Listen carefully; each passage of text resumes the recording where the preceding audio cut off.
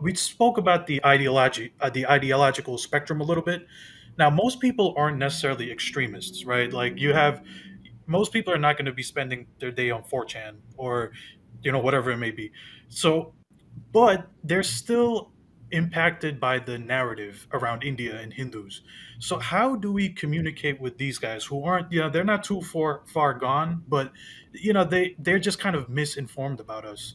Is it through education, through the work you're doing? I think that's the answer, but maybe there's some tools we can use in our everyday life, us non-academic people.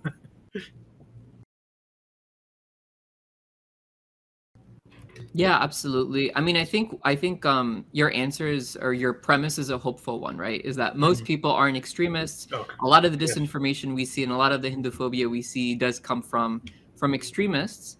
And there is a cautionary note, which is that in the absence of any type of counter narrative or counter information, Hmm. correct information, that disinformation can become mainstreamed, which is Yeah. which is exactly the fear that I think the whole community has.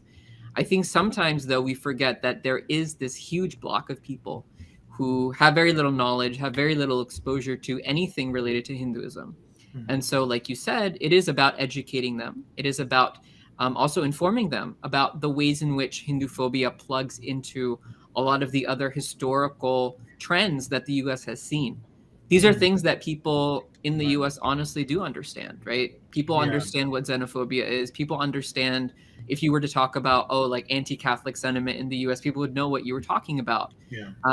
And I think the Hindu community has made the mistake, or perhaps hasn't taken the Mhm. opportunity at least, of kind of talking to people in a way that is understandable to them, Right. by relating the Hindu phobia that we see to other forms of ethnic hatred, other forms of religious bigotry that we do see across hybridization across, Right. right? So the example of the anti-Catholic hatred and how that was very much correlated with Hindu phobia, and again within our contemporary report, seeing the ways in which anti-Semitism and Mhm. Islamophobia as well are correlated with Hindu phobia is an important step in realizing that actually a lot of these ethnic bigotries do move together, and that does provide hope that people will understand and that people have an incentive to understand and to fight all of these bigotries together. Not the extremists, but most Right. people.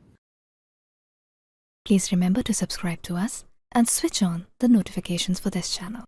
For our other social media links, more content, and to support our work, please visit citti.net. Dhanyavad.